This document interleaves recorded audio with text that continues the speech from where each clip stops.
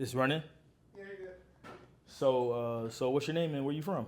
My name's Sai. I'm from Orange County and the Inland Empire mostly. That's where I grew up, Southern California in general. Nice. So I see you holding that sax. Like, Oh, yeah. tell us about that.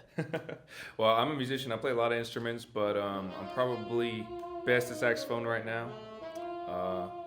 Yeah, I grew up playing music through school mostly, and then after switching schools, different schools have different programs and stuff. So I would have to. So I started on cello, then I had to switch off to piano. Then I went to percussion, and then I landed on wind instruments, and then I really found my specialization on sax. So who's your favorite saxophonist?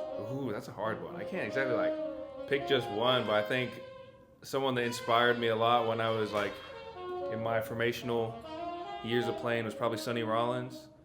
Let's see. Sonny Rollins is a great one. I mean, right now there's a couple more modern players that are insane. They just blow my mind. Like Chris Potter's really good. Patrick Bartley on alto is amazing. I mean, I don't specifically only just listen to sax players though. Like just in general, I base my playing just off of whatever music that I'm listening to. Yeah. What do you think the future? What do you think the future holds for jazz music? What I think the future holds for jazz? That's interesting. I mean, jazz is kind of it's from a bygone era right now, but I think what could really let's see.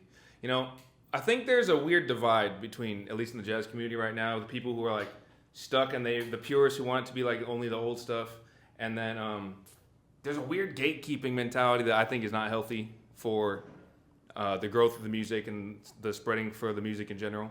Like when somebody new comes out and they have very jazz influenced stuff, a lot of the community, they'll gatekeep it. They'll be like, oh, that's not real jazz. But I think they should really embrace that. If something gets popular, and then through that, for example, more complex harmonies in a pop song or something that was heavily inspired by jazz or something.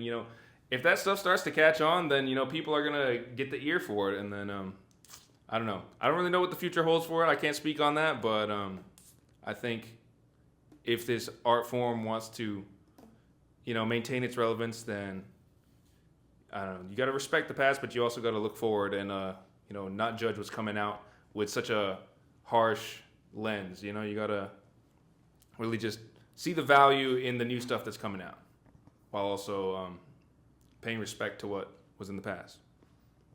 Perfect. Man, thank you so much for hanging out with us today, Sai. Yeah, anytime.